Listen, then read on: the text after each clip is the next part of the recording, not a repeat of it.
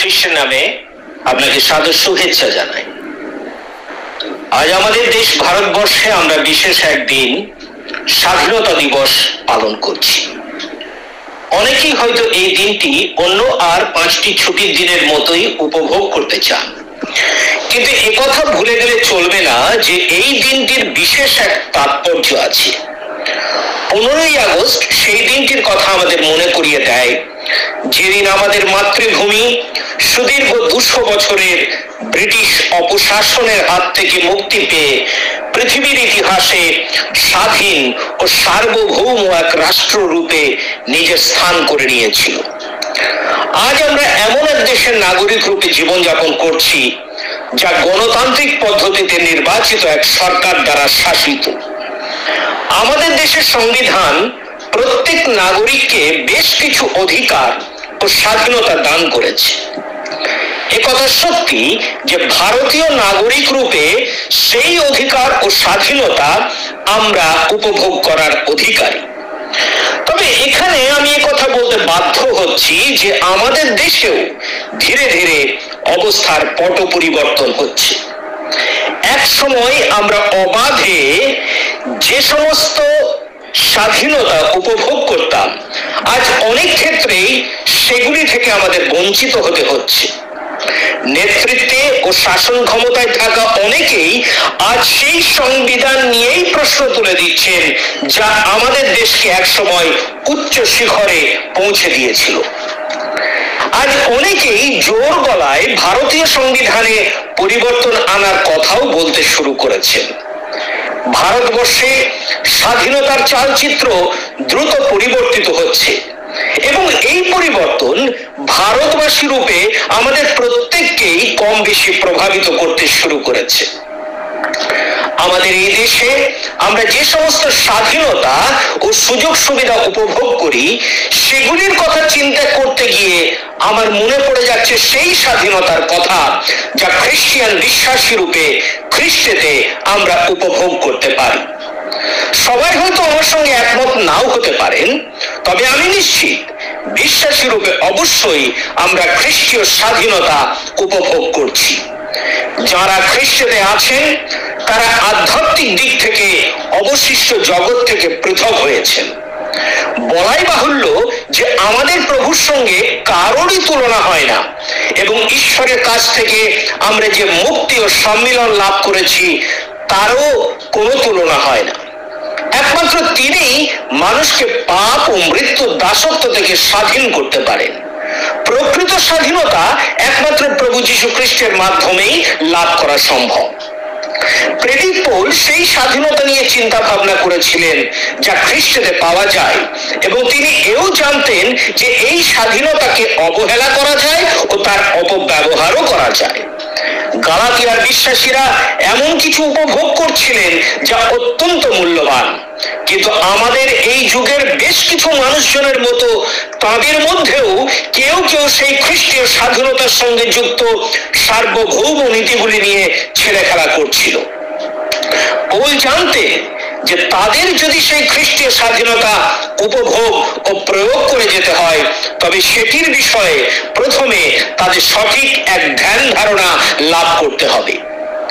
এ কথা যে শুধু গালাতিয়ার বিশ্বাসীদের ক্ষেত্রে প্রযোজ্য তা নয়, এটি আমাদের ক্ষেত্রেও প্রযোজ্য।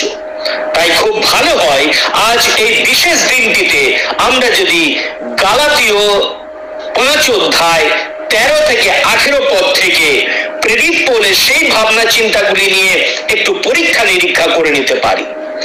আজ আমাদের অধ্যয়নের বিষয়বস্তু হলো স্বাধীনতায় স্থির থাকুক। এবার আসুন বিস্তারিতভাবে এই শাস্ত্রাংশটি অধ্যয়ন করা যাক। প্রথম আমরা যে বিষয়টি নিয়ে চিন্তা ভাবনা করব তা হলো আমাদের স্বাধীনতা ও সংযম। 13 থেকে 15 পদের আধারে এই বিষয়টি আমরা আলোচনা করব। আমাদের প্রভু যীশু খ্রিস্ট যদিও বা গালাতিয়ার বিশ্বাসীদের মহা স্বাধীনতা দান করেছিলেন, পৌল কিন্তু জানতেন যে পরিমিত সংযম বজায় রাখাও তাদের ক্ষেত্রে বাঞ্ছনীয় ছিল। খ্রিস্টেতে স্বাধীনতা উপভোগ করার অর্থ এই নয় যে নিজের ইচ্ছে মতো উচ্ছৃঙ্খল জীবনযাপন করার অনুমতি তারা গেছেন। এই নীতিটি আমাদের এই যুগের ক্ষেত্রেও প্রযোজ্য। এবার বিবেচনা করুন। প্রথমত, আমাদের আহ্বান, 13 পদের প্রথম অংশ। লেখা আছে, কারণ হে ভ্রাতৃগণ, তোমরা স্বাধীনতার জন্য আহুত হইয়াছ। এখানে লক্ষ্য করুন, পৌল তাঁর পাঠকদের ভ্রাতৃগণ বলে সম্বোধন করেছেন। তিনি তাদের উদ্দেশ্যেই লিখেছিলেন যারা অনুগ্রহে পরিত্রাণ লাভ করেছিলেন, যারা খ্রিস্টে অবস্থিত ছিলেন। দাসত্বের এক জীবনযাপন করার জন্য নয়, কিন্তু খ্রিস্টেতে স্বাধীনতা উপভোগ করার জন্যই তাদের আহ্বান জানানো হয়েছিল। বহু ইহুদি শিক্ষাগুরু ব্যবস্থা আধারিত সংকীর্ণ শিক্ষামালা তখনও তাদের দিয়ে যাচ্ছিল। পৌল গালাতিয়ার বিশ্বাসীদের মনে করিয়ে দিয়েছিলেন যে তারা এখন আর ব্যবস্থার অধীন নন, কিন্তু অনুগ্রহের অধীন। খ্রিস্টে প্রাপ্ত পরিত্রাণ ব্যবস্থার দাসত্ব থেকে তাদের মুক্ত করেছে। খ্রিস্টে স্থিত বিশ্বাসী রূপে আমাদেরও স্বাধীনতার উদ্দেশ্যে আহ্বান করা হয়েছে। আমি ঈশ্বরের কাছে কৃতজ্ঞ যে খ্রিস্টেতে আমি সেই স্বাধীনতা পেয়েছি। ব্যবস্থার সমস্ত দাবি দাওয়া থেকে আজ আমি মুক্ত হয়েছি। ব্যবস্থা ঘোষণা করেছিল যে ঈশ্বরের জন্য মানুষকে কিছু করতে হবে, অথচ অনুগ্রহ প্রকাশ করে দিয়েছে ঈশ্বর মানুষের জন্য কি করেছেন। খ্রিস্টেতে আজ আমি স্বাধীন হয়েছি। আজ আর আমি ব্যবস্থা দ্বারা আবদ্ধ হয়ে নেই, বা ব্যবস্থা আজ আর আমাকে দোষী সাব্যস্ত করতে পারবে না। আমার ধার্মিকতা এবং ঈশ্বরের কাছে আমার গ্রহণযোগ্যতা ব্যবস্থা পালন করার ক্ষেত্রে আমার নিজস্ব যোগ্যতা বা সেই ব্যবস্থার ছাঁচে নিজেকে ঢেলে ফেলার উপর নির্ভরশীল নয়, কিন্তু তার নির্ভরশীল খ্রিস্টের সেই আত্মবলিদানের উপর যা তিনি কালভেরির ক্রুশে সম্পন্ন করেছেন। যথার্থই প্রভু যীশু বলেছেন, অতএব পুত্র যদি তোমাদের স্বাধীন করেন তবে তোমরা প্রকৃত রূপে স্বাধীন। যোহন লিখিত সুসমাচার 8 অধ্যায় 36 পদ। এবার আসুন দ্বিতীয় বিষয়টি আলোচনা করা যাক, আমাদের সীমাবদ্ধতা। 13 পদের দ্বিতীয় অংশ লেখা আছে, কেবল দেখিও সেই স্বাধীনতাকে মাংসের পক্ষে সুযোগ করিও না, বরং প্রেমের দ্বারা একজন অন্যের দাস হও। প্রেরিত পৌল জানতে খ্রিস্টান জীবনে ভারসাম্য বজায় রাখা খুব জরুরি। একদিকে যেমন কেউ কেউ গোঁড়ামি করে ব্যবস্থার দাবিগুলি আঁকড়ে ধরেছিল, অন্যদিকে আবার কেউ কেউ প্রভুর সঙ্গে তাদের চলার পথে খুব বাঁধন ছাড়া ও কাছা খোলা হয়ে পড়েছিল। তাদের খ্রিস্টীয় স্বাধীনতাকে তারা মাংসে জীবনযাপন করার অনুমতিপত্র রূপে ব্যবহার করে নিজেদের ইচ্ছে মতো জীবনযাপন করে যাচ্ছিল। তিনি তাদের মনে করিয়ে দিয়েছিলেন যে যদিও তারা এখন আর ব্যবস্থার দাসত্বের অধীনে নেই, তাও তারা যেন তাদের স্বাধীনতাকে পাপ কাজে লিপ্ত হওয়ার জন্য এক অনুমতিপত্র রূপে ব্যবহার না করে। ঈশ্বরের অনুগ্রহ পাপ কাজে লিপ্ত হওয়ার জন্য কোনো অনুমতিপত্র নয়। বিশেষত ভারতবর্ষে এমন অনেক মানুষ আছে যারা ভারতীয় সংবিধানকে ও দীর্ঘদিন ধরে সযত্নে লালিত নীতিগুলি উপেক্ষা করে থাকে, এবং এর পরিণামস্বরূপ পাপ বেড়েই চলেছে। আমাদের দেশের বহু আইন কানুন এমন সব আচরণ ও কাজকর্মকে বৈধতা দিয়েছে যেগুলি ঈশ্বরের বাক্যের পরিপন্থী। মানুষের তৈরি করা আইন কানুন যেহেতু কোনো একটি কাজ করার অনুমতি দিয়েছে, তার মানে এই নয় যে তা ঈশ্বরের বাক্যের আধারেও সঠিক। এই ধরনের মনোভাব ও আচরণ আমাদের মণ্ডলীগুলিতেও অলক্ষিতভাবে ঢুকে পড়েছে। অনেকেই একথা মনে করে যে তারা যা ইচ্ছা তাই করতে পারে, আর পরে শুধু প্রভুর কাছে ক্ষমা চেয়ে নিলেই হবে। অনুগ্রহকে তারা পাপ করার ও মানসিক কামনা বাসনা চরিতার্থ করার এক অনুমতি পত্রে পরিণত করেছে। এই প্রবণতা খুবই বিপজ্জনক। আমাদের পরিত্রাণের জন্য প্রভুকে এক চড়া দাম চোকাতে হয়েছিল। আমাদের মুক্তি ক্রয় করার জন্য প্রভু যীশু খ্রিস্ট ক্রুশের উপর নিজেকে উৎসর্গ করে দিয়েছিলেন। আমাদের জন্য তিনি তার বহুমূল্য নিষ্কলঙ্ক রক্ত ঝরিয়ে দিয়েছিলেন। আমাদের জন্য তিনি নিজের সবকিছু উজাড় করে দিয়েছিলেন। যারা অকৃত্রিম ভাবে পরিত্রাণ পেয়েছেন তারা সব সময় এমন ভাবে প্রভুর বাধ্য হয়ে চলার চেষ্টা করবেন যেন সেই অনুপম ত্রাণকর্তাকে সন্তুষ্ট ও সম্মানিত করা যায়। আমরা কেউই তো পাপের ঊর্ধ্বে উঠে জীবনযাপন করতে পারবো না, তবে আমরা যেন কখনোই এই ভেবে মাংসের বাসনা চরিতার্থ করার জন্য সক্রিয়ভাবে পাপ কাজে লিপ্ত না হই, যে অনুগ্রহের অধীনে পাপ করার অনুমতি আমাদের দেওয়া হয়েছে। এবার আসুন আমরা তৃতীয় বিষয়টি আলোচনা করি, আমাদের আদেশ। 14 পদ লেখা আছে, যেহেতু সমস্ত ব্যবস্থা এই একটি বচনে পূর্ণ হইয়াছে, যথা তোমার প্রতিবাসীকে আপনার মতো প্রেম করিবে। এখানে প্রেরিত পৌল খ্রিস্টের সেই আদেশকে আরো একবার তুলে ধরেছেন যে আমাদের প্রতিবাসীকে আমাদের নিজেদের মতো করে ভালোবাসতে হবে। আমাদের প্রভুকে যখন এক প্রতিবাসীর সংজ্ঞা দিতে বলা হয়েছিল, তখন তার উত্তরে তিনি দয়ালু সমরীয় দৃষ্টান্তটি তুলে ধরেছিলেন। বাস্তবে জীবন পথে যারই সাথে আমাদের দেখা হোক না কেন, সেই আমাদের প্রতিবাসী। তা তার সামাজিক প্রতিষ্ঠা, ভৌগোলিক অবস্থান বা ধর্ম যাই হোক না কেন, আমরা যেমন নিজেদের ভালোবাসি ঠিক সেভাবে তাদেরও ভালোবাসতে হবে যাদের সাথে আমাদের দেখা হয়েছে। অকৃত্রিম খ্রিস্টীয় স্বাধীনতা এই ধরনের ভালোবাসারই অনুমতি দেয় ও তা সমর্থন করে। নিজের মতো করে অন্য কাউকে ভালোবাসতে গেলে সমর্পণ ও আত্মত্যাগ লাগে। খ্রিস্টের মতো আমাদেরও আত্মত্যাগমূলক ভালোবাসা দেখাতে হবে। নিজেদের চাহিদাগুলির ঊর্ধ্বে অন্যদের চাহিদাগুলিকে রাখার জন্য আমাদের ইচ্ছুক হতে হবে। আমরা যেন এমন জীবনযাপন করি ও এমন ভাবে মানুষকে ভালোবাসতে পারি যা খ্রিস্টের সঙ্গে আমাদের যে সম্পর্ক স্থাপিত হয়েছে তারই সাক্ষ্য বহন করে। ভালোবাসা ছাড়া আমরা কাউকেই প্রভুর জন্য জয় করতে পারবো না, কিন্তু অকৃত্রিম ভালোবাসা দিয়ে সবচেয়ে কঠোর হৃদয় বিশিষ্ট মানুষকেও আমরা জয় করতে পারবো। এবার আসুন আমরা চতুর্থ বিষয়টি আলোচনা করি, আমাদের সতর্কীকরণ। 15 পদ, কিন্তু তোমরা যদি পরস্পর দংশন ও গ্রাস করো, তবে দেখিও যেন পরস্পরের দ্বারা ধ্বংসপ্রাপ্ত না হও। এখানে প্রেরিত পৌল সেই সমস্ত পরিণামের বিষয়ে সাবধান করে দিয়েছেন ভালোবাসা না থাকলে যেগুলি উৎপন্ন হয়। মানুষ যখন পরস্পরকে ভালোবাসতে ব্যর্থ হয়, তখন এক অর্থে তারা পরস্পরকে গ্রাস করে। পৌল বাস্তব কোনো কাজের কথা বলেননি, কিন্তু এই কাজটি আধ্যাত্মিক দিক থেকে ও আবেগপ্রবণ ভাবে সম্পন্ন হয়। বহু মণ্ডলী ভালোবাসার অভাবে ভেঙে গেছে। ভালোবাসা অদৃশ্য হয়ে যাওয়ার কারণে বহু ঘর ও সম্পর্ক নষ্ট হয়ে গেছে। ভালোবাসা যেখানে অনুপস্থিত, সেখানে ধ্বংস ও সর্বনাশ অবশ্যম্ভাবী।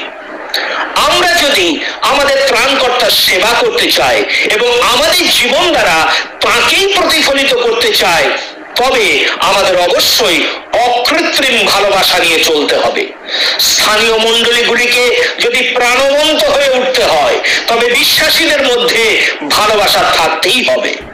ভালোবাসাকে বাদ দিয়ে আমরা কখনোই অনুগ্রহে বৃদ্ধি লাভ করতে পারবো না বা বিনাশপ্রাপ্ত ও অবিশ্বাসী মানুষজনকে প্রভুর জন্য জয় করতে পারবো না।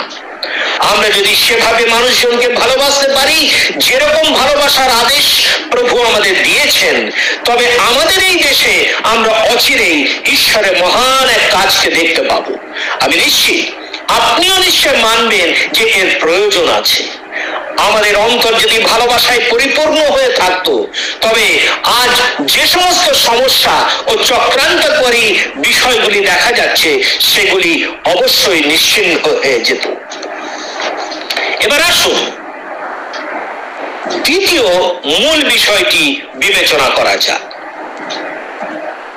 স্বাধীনতা ও দায়িত্ব। 16 থেকে 18 পদের আধারে এই বিষয়টি আমরা ভাবনা চিন্তা করব। এখানে প্রেরিত পৌল বিশ্বাসীদের সেই মহাদায়িত্বের বিষয়টি স্পষ্ট করে দিয়েছেন, যা খ্রিস্টীয় স্বাধীনতার সঙ্গে অঙ্গাঙ্গিভাবে জড়িত। বিবেচনা করুন প্রথমত পরামর্শ 16 পদ। কিন্তু আমি বলি তোমরা আত্মার বশে চলো, তাহা হইলে মাংসের অভিলাষ পূর্ণ করিবে না। প্রেরিত পৌল খ্রিস্টীয় স্বাধীনতার বিষয়টি এবং মাংসের উপর বিজয় লাভের রহস্যটি প্রকাশ করে দিয়েছেন। প্রভুর সেবা করার সময় যদি তাকে সন্তুষ্ট করতে হয়, তবে আমাদের অবশ্যই আত্মার বশে চলতে হবে। আত্মার মাধ্যমেই আমরা প্রজ্ঞা ও পথ নির্দেশনা পাই।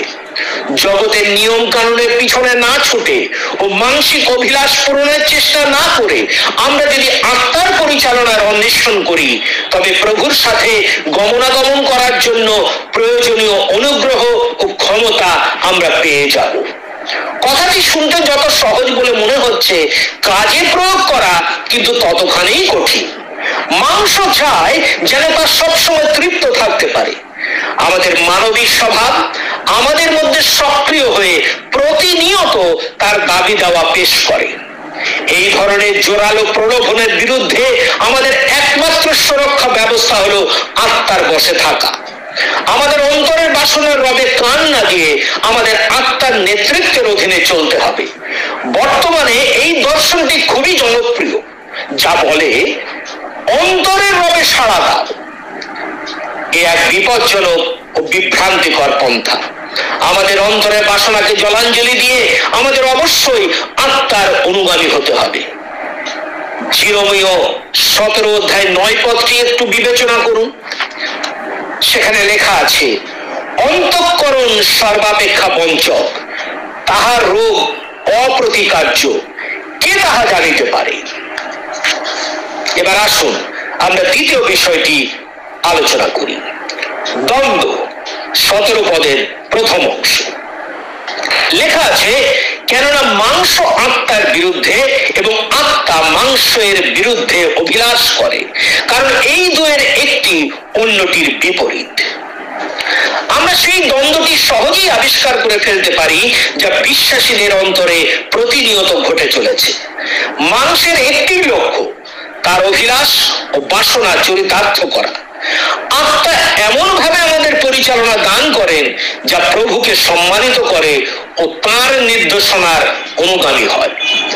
মাংস ও আত্মা পরস্পর বিরোধী। একই সাথে মাংস আত্মা উভয়কে সন্তুষ্ট করা অসম্ভব।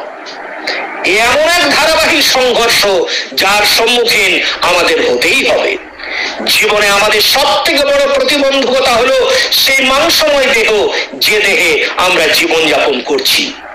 যতদিন না আমরা এই দেহ ত্যাগ করে এক নতুন মহিমান্বিত দেহ লাভ করছি, ততদিন এই দ্বন্দ্বের অবসান হবে না। রোমীয় 7 অধ্যায় 18 পদটি বিবেচনা করুন। লেখা আছে, যেহেতু আমি জানি যে আমাতে অর্থাৎ আমার মাংসে উত্তম কিছুই বাস করে না, আমার ইচ্ছা উপস্থিত বটে, কিন্তু উত্তম ক্রিয়া সাধন উপস্থিত নয়। এই পরিস্থিতির উপর বিজয় লাভের জন্য একদিকে আমাদের মাংসকে দমন করে রাখার জন্য আপ্রাণ চেষ্টা চালাতে হবে এবং অন্যদিকে আত্মার বশে থাকারও চেষ্টা করতে হবে। আমরা মাংস ও আত্মা উভয়ের সেবা করতে পারি না। এই দুটি পরস্পর বিরোধী এবং তাদের মধ্যে কোনো সহভাগিতাও নেই। এবার আসুন তৃতীয় বিষয়টি দেখা যাক, বিভ্রান্তি 17 পদের দ্বিতীয় অংশ। তাই তোমরা যাহা ইচ্ছা করো তাহা সাধন করো না। গালাতিয়ায় ও অন্যত্র পৌল বহু বিশ্বাসীকে হতাশ ও পরাজিত জীবনযাপন করতে দেখেছিলেন। তাদের পরাজয়ের কারণও তিনি চিহ্নিত করে ফেলেছিলেন। তারা একই সাথে মাংস ও আত্মা উভয়কেই সন্তুষ্ট করার চেষ্টা করছিল। তারা হয়তো আন্তরিকভাবেই প্রভুর সেবা করতে ও তাকে সন্তুষ্ট করতে চেয়েছিল, কিন্তু তাদের মাংস তাদের এই প্রচেষ্টায় বাধা হয়ে দাঁড়িয়েছিল। যতক্ষণ তারা মাংসের অভিলাষকে ক্রুশবিদ্ধ করার ক্ষেত্রে অনিচ্ছুক হয়ে বসেছিল, ততক্ষণ তারা আশানুরূপ ভাবে প্রভুর জন্য জীবনযাপন করতে পারেনি। আচ্ছা বলুন তো, কেন আমরা আমাদের সমাজে এবং এমনকি মণ্ডলীর মধ্যেও এই ধরনের বিভ্রান্তি ও বিশৃঙ্খলা দেখতে পাই? আমাদের আলোচ্য শাস্ত্রাংশটি এর কারণটি স্পষ্ট করে দেয়। অনেকে আজ এই বাধাটি সরানোর জন্য আপ্রাণ চেষ্টা করে চলেছে। একই সাথে তারা প্রভুর সেবা করতে আবার মাংসকেও সন্তুষ্ট করতে চায়। এ হলো বিপর্যয়ের এক ব্যবস্থাপনা। মাংসকে অর্থাৎ এর অহংকার, লোভ, লালসা ও ঈর্ষাকে সন্তুষ্ট করার জন্য প্রতিজ্ঞাবদ্ধ হয়ে আমরা কখনোই খ্রিস্টেতে বিজয়ী জীবনযাপন করতে পারবো না। মাংসকে সন্তুষ্ট করার চেষ্টা করে খ্রিস্টীয় পরিচর্যায় আপনি কখনোই আমাদের প্রভুর ইচ্ছানুসারে সফল হতে পারবেন না। আপনাকে এই দুটি বিষয়ের মধ্যে একটিকে বেছে নিতে হবে। যতদিন না আপনি এই কঠিন সিদ্ধান্তটি নিতে পারছেন, ততদিন আপনি পরাজিত ও বিভ্রান্তই হয়ে থাকবেন। এবার আসুন আমরা চতুর্থ এবং সর্বশেষ বিষয়টি চিন্তা ভাবনা করি। বিজয় 18 পদের আধারে বিষয়টি আমরা দেখব। লেখা আছে, কিন্তু যদি আত্মা দ্বারা চালিত হও তবে তোমরা ব্যবস্থার অধীন নও। ব্যবস্থার আইন সর্বস্বতার এবং মাংসের সাথে যুক্ত স্বেচ্ছাচারিতার উপর বিজয় লাভের রহস্যটি পৌল এখানে প্রকাশ করে দিয়েছেন। ভারসাম্য বজায় রাখার এবং খ্রিস্টেতে বিজয় লাভের চাবিকাঠি হলো আত্মা দ্বারা চালিত হওয়া। যদিও কাজটি কঠিন, তাও পৌল কিন্তু জানতেন যে খ্রিস্টীয় জীবনে তা অবশ্যই সাফল্য এনে দেবে। গালাতিয়ার বিশ্বাসীরা যদি আত্মার নেতৃত্বের অধীনে নিজেদের জীবন সমর্পণ করে দিতে পারে, তবেই তারা সেই সমস্ত বাধার মধ্যে অধিকাংশ বাধার উপরই বিজয় লাভ করতে পারবে যেগুলির সম্মুখীন তাদের হতে হচ্ছিল। এর সহজ সরল সত্য, কিন্তু এটি অত্যন্ত গভীর। অনেকেই আজ বেদনাদায়ক বহু পাপ নিয়ে সংঘর্ষ করে চলেছে। তারা পরাজিত এক জীবনযাপন করছে এবং নিজেদের জীবনের জন্য ঈশ্বরের ইচ্ছা জেনে নিতেও ব্যর্থ হচ্ছে। আমি একথা বলতে চাইছি না যে খ্রিস্টীয় জীবনযাপন করা সহজ সাধ্য, কিন্তু আসল কথা হলো এই যে আমরা নিজেরাই নিজেদের জীবনকে কঠিনতর করে তুলছি। এই অবস্থা থেকে রক্ষা পাওয়ার চাবিকাঠি হলো আত্মায় পরিপূর্ণ ও আত্মা দ্বারা চালিত এক জীবনযাপন করা। প্রতিনিয়ত আমরা যদি আত্মার অধীনে নিজেদের সমর্পণ করে চলতে পারি, তবে জীবনে আমরা বিজয় লাভ করবই এবং আমাদের প্রভুর সঙ্গে সহভাগিতাও উপভোগ করতে পারব। সবশেষে আরো দুই একটি কথা বলে আজকের এই বাইবেল অধ্যয়নটি আমি শেষ করতে চাই। খ্রিস্টীয় স্বাধীনতা সহজলভ্য এবং তা আমাদের আয়ত্তের মধ্যেই আছে। অবশ্য ঈশ্বরের বাক্যে স্থির করে দেওয়ার নীতির আধারেই আমাদের তা অর্জন করার চেষ্টা করতে হবে এবং আমাদের এই প্রচেষ্টা যেন মানুষের বা সংস্কৃতির মতামতের বা নির্দেশের আধারে না হয়। অকৃত্রিম স্বাধীনতায় পরিমিত সংযম এবং সমর্পিত দায়িত্ব উভয়ই যুক্ত হয়ে আছে। আপনি কি মাংসের অভিলাষগুলির সঙ্গে লড়াই করছেন বা আইন সর্বস্বতার ফাঁদে পড়ে নিজেকে পরাজিত বলে মনে করছেন? যদি তাই হয়, তবে প্রভুর হাতে আরো একবার নতুন করে নিজের জীবন সমর্পণ করে দিন এবং সেই স্বাধীনতা লাভ করুন যা একমাত্র তিনিই দিতে পারেন। তার নির্দেশনার অন্বেষণ করুন এবং আত্মার বশে চলুন। দেখবেন প্রভুর ইচ্ছে মতো আপনি খ্রিস্টীয় স্বাধীনতা উপভোগ করতে পারবেন। বাইরের দিক থেকে আপনি হয়তো একজন ভারতীয় নাগরিক রূপে স্বাধীনতা উপভোগ করছেন, কিন্তু এখনো কি আপনি মানসিক এক জীবনযাপন করার মাধ্যমে আধ্যাত্মিক দিক থেকে দাসত্বের অধীনে পড়ে আছেন? অনুতপ্ত হৃদয় নিয়ে এখনই প্রভু যীশু খ্রিস্টের কাছে আসুন। প্রভুর দেওয়া সেই স্বাধীনতা উপভোগ করতে শুরু করুন। ঈশ্বর আপনাকে আশীর্বাদ করুন। আমেন।